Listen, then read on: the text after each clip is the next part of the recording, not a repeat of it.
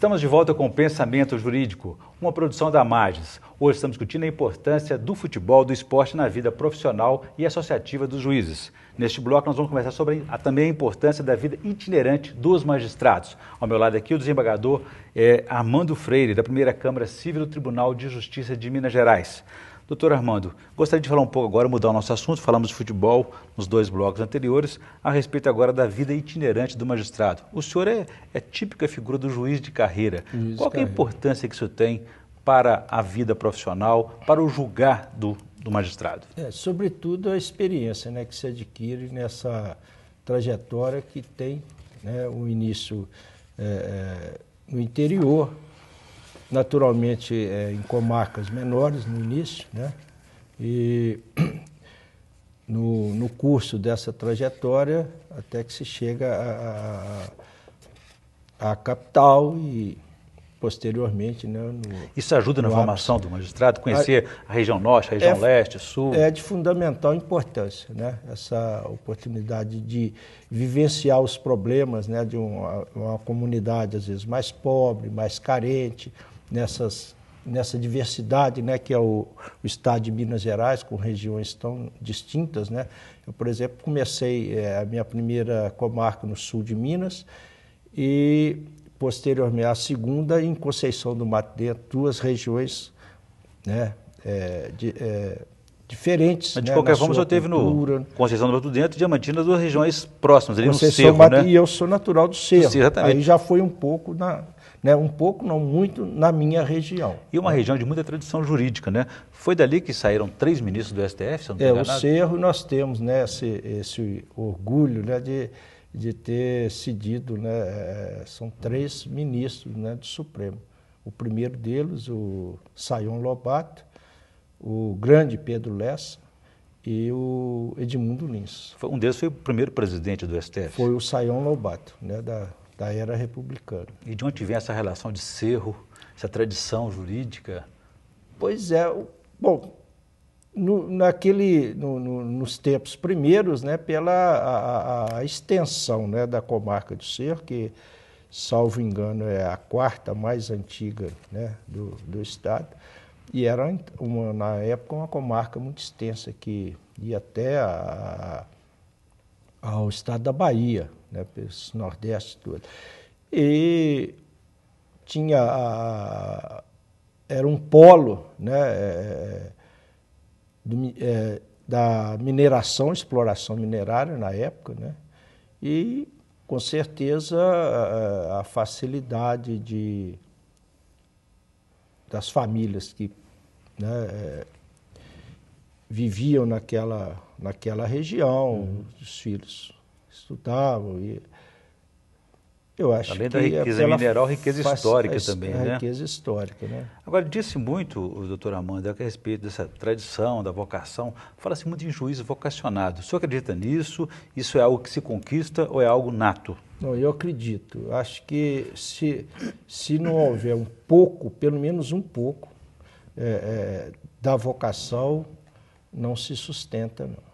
Agora, é evidente que em toda profissão não basta só a vocação, você tem que desenvolver, enriquecer e procurar, enfim, os meios, né, de dar vazão a essa vocação na prática. Investimento Mas a pessoal, vocação, atualização nas escolas judiciais, evidentemente, né? Aí entra todos esses componentes para que o juiz, né, que é no nosso caso aqui, ele possa crescer e progredir assim na sua função, né, de estar sempre voltado e preocupado com a missão principal do juiz, que é a prestação jurisdicional. E nem tudo é um mar de rosas, né? Porque isso tem um custo pessoal, familiar, Tem. Essa vida de viajante, itinerante, estar em cada comarca, cada região, a cada tempo, isso dificulta também para a família, né? Família é importante, né? Quando eu ingressei na magistratura, já era casado, já tinha uma filha, e foi muito importante essa convivência, né, da minha esposa, o tanto que me ajudou, que me deu suporte, né, para que eu, no início da minha profissão, com uma natural insegurança e imaturidade, esse apoio, né, essa assistência, esse carinho da esposa, da companheira ali. E depois a família foi crescendo, né, vieram mais 2 filhos, e eu sempre tive, né, nesse ambiente familiar um suporte que, para mim, sem ele seria muito difícil, né, superar essas dificuldades sem naturais, né, da vida no É. interior e o peso que é, né, Entendi. mas um peso assim muito gratificante. Eu queria avaliar com o senhor também um outro aspecto, não sei se pode ser negativo ou positivo, como o senhor avalia a questão da concorrência, porque o fato de o magistrado não ter uma definição nesse aspecto, ele está sempre buscando outra comarca, né? Então, existe aquela questão do critério da promoção, por mérito ou por remoção, ele fica sempre esperando mudar para outro lugar até chegar a Belo Horizonte. Existe isso?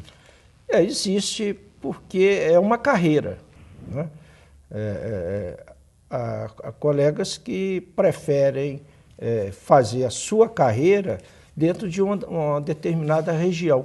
Não tem essa preocupação, por exemplo, de chegar à capital, de chegar ao tribunal, né? Eu tenho colegas de concurso que são excelentes magistrados, com experiência e uma cultura jurídica invejáveis, e que nunca tiveram essa preocupação de chegar ao tribunal. Vivem, são grandes magistrados, com uma prestação de serviço inestimável na sua comarca, na sua região. Isso Só acontece. para a gente encerrar, nós estamos na reta final, o critério de promoção por mérito e antiguidade, o senhor acha que isso devia ser mudado ou está de acordo? É uma questão sempre discutida e que, na minha avaliação pessoal, os 2 critérios em si mesmo considerados, eles não têm nada demais, são complementares. Assim. São complementares. Agora, infelizmente, a forma como às vezes eles se concretizam, principalmente nas promoções por merecimento, é que ainda deixa muito a desejar. Precisa de aperfeiçoamento, né? Muito bem, eu conversei aqui com o desembargador Armando Freire, que é da primeira Câmara Civil do Tribunal de Justiça de Minas Gerais. E falamos aí sobre o esporte, o futebol, a importância que ele tem na vida pessoal, profissional e também associativa do magistrado. E conversamos agora há pouco também sobre a vida itinerante e a formação dos magistrados por essa Minas continental. Doutor Armando, obrigado pela entrevista, foi um prazer recebê-lo aqui no Pensamento Jurídico. Prazer meu, eu agradeço a oportunidade e parabenizo o programa, né? Muito obrigado, foi um prazer. Bom, nós ficamos por aqui. Se você quiser participar, escreva para pensamento@amages.com.br. pensamento@amages.com.br. Obrigado e até a próxima.